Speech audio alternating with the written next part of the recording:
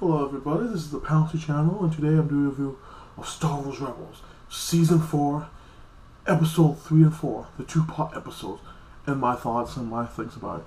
Where it starts off, Kanan, Ezra, and Sabine's in the ship, head to the base, you know, the Rebel base. They land, they meet the rest of the crew, except the one green girl with the long things. She's coming out with 3 ships, they're all smoking.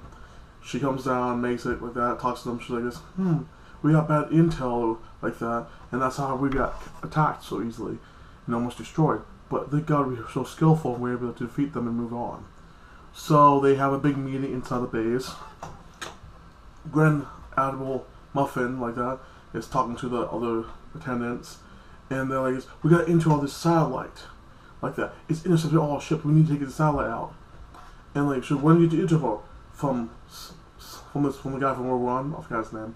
I'll remember it later, but I keep remembering it, forget. But the guy from, I'll call him the guy from World War I right now. The guy from World War I, like that, and he's like this.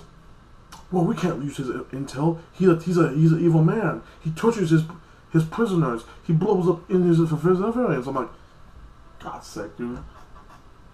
Every rebel does horrible things like that. Like, just because some rebel factions does some things bad, doesn't make you do bad. You don't do bad. You both do similar bad things.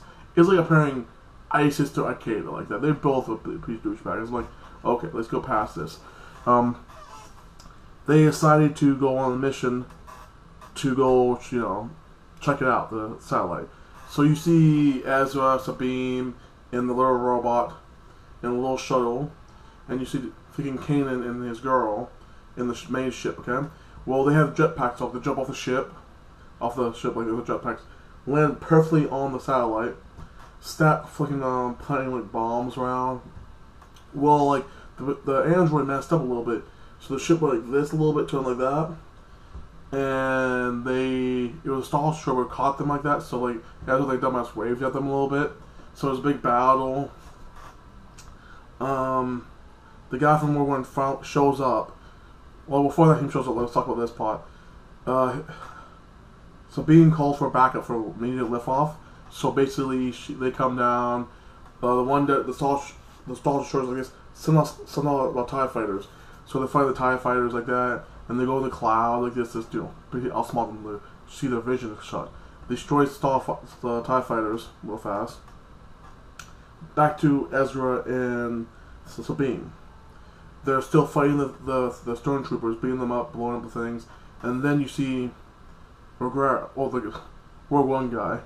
Like that. He pops up with him like bombs and stuff like that. He's like, hurry up guys, get on the ship. Like this. We get out of here. These bombs don't have enough time. I'm like, finally somebody's doing it right, dude.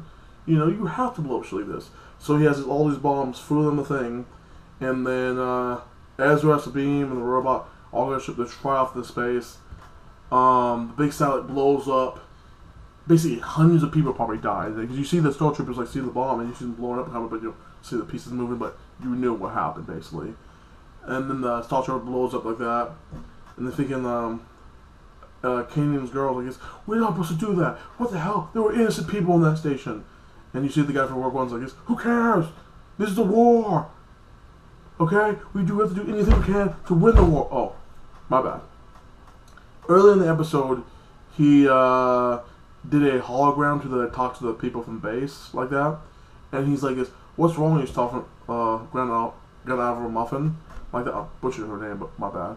And she's like, well, nothing wrong with me. I think we should do this peacefully and discuss peace with them instead of blowing up things and killing a civilian. And they have a little discussion about theology, basically, who has more rights, and if you could really fight dirty as the Empire. I was like, if the Empire is fighting dirty, and they have better technology than you, you have to use guerrilla warfare. You have to use dirty techniques to beat them. Okay? You can't fight them in an eventual way. Like thinking America versus Britain.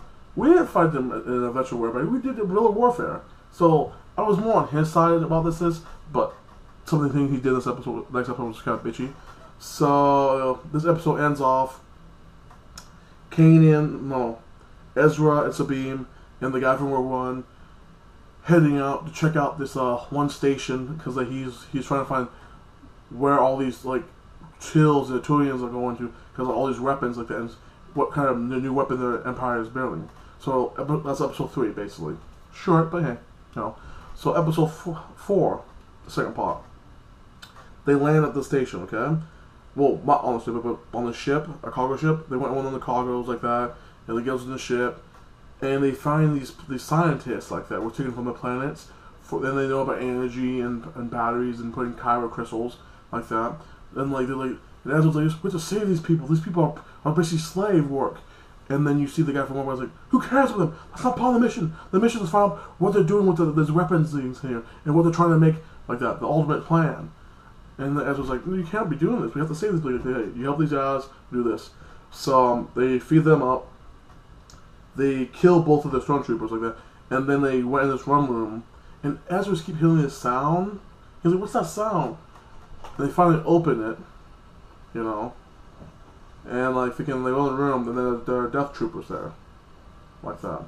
The Death Troopers are supposed to be like the elite soldiers of the Star Wars forces, like that. And like I can see why they were easily defeated, because like you have a Jedi, you have a guy who's been in war for all his life, like that, since he was like I think 15, like that, guerrilla warfare, and then you have a Mandalorian warrior who's very skillful. So that's the thing. They use gas bombs to basically make it gas, even though their soldiers couldn't see, and they took them all out. One guy escapes, tells the men corner like that about the whole plan, how the ship is getting invaded. They send backup. So like you see the guy from World War I, he's like, well, you know, we need to get this crystal like that off the ship. So, and other than Ezra's like, we need to help the people out who've been captured and prisoners like that. So they go help them out. Next scenes happens basically like they're in this like cargo area, and they're on the computer looking for ways out, and they send the androids to basically put them in the pods to release them. So you see the Rogue One guy, he's like, okay, yeah, I got you. That he shoots both of them, and basically stuns them like that, like a little bitch. Like that was big backstabs them a little bit, ties them up, and then he's used the crystal like that. You know, the lightsabers like that, the crystal like that, to make it into a huge crystal. Basically, probably the size of my apartment, like that. Well, not small, the size of a car, basically. Not that big, the size of the car. And they turn the crystal into a atomic bomb, basically. Because it's very toxic, very, like, explosiveness, like that. It's very, very active. So he shoots the crystal like that, and puts some, like, stuff around to blow it up. So, like, he releases Ezra like that. He's like, hey, either you can go on the ship with me and leave, or you can go save these people over here, like that.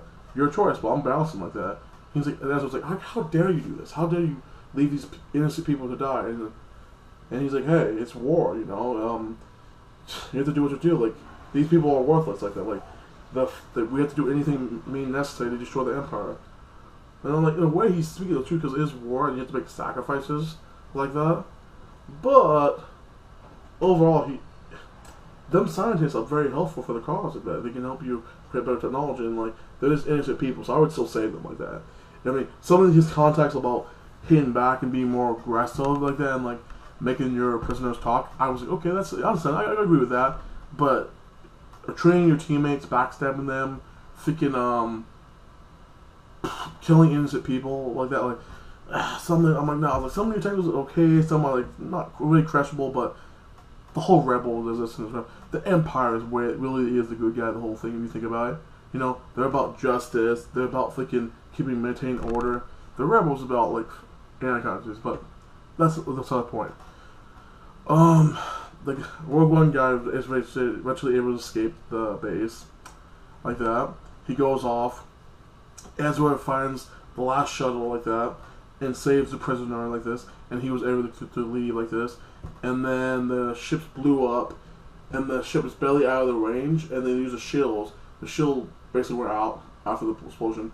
The freaking engine went out, and then you see Kanan and his woman pop up and save them like that. And then like they're talking to the freaking prisoner. The prisoner's like this. Kanan's woman's like this. I'll take you back to your planet, and everything will be okay. And they're like, no, we want to help you rebels out. We're top scientists. We know about energy and all this, and we put our skills with you guys, and we can help you guys out. And they're like, oh, thank you. You're on the team. So the end of the episode, I love these two-part episodes. I have a feeling they're rushing the season like that. Because like last up to it was 2 episodes, just 2 episodes. If they keep doing this, and I think the season's only supposed to be like 16 episodes, it's going to be over soon. I'm like, you know, I like it, but milk it out a little bit, you know.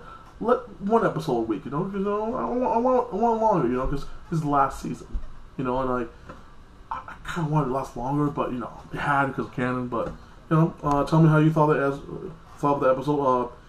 Do you think Ezra was more right about his view, or Kanan like that, or freaking the guy from World 1? And it's cool, like early on in the episode, I forgot to say this. Grand Muffin was like basically like she did promise Ezra to help her with his plan out, but she kind of say no, we can't do this now. And Ezra got pissed off about it. He goes talk to Kanan, and like Kanan's like just meditate a little bit, think about this, and they have a meaningful conversation. What do you think is gonna happen to Kanan and Ezra by the end of this season like that? I think Kanan's gonna die, and I think Ezra is gonna be probably a Dark Jedi, not a Sith, nothing, but a Dark Jedi on his own, doing his own thing like that. Because it's seeming like I think he's the only one who's actually to survive out of the whole group like that. So next time, see you next week. You have a great day. Salam.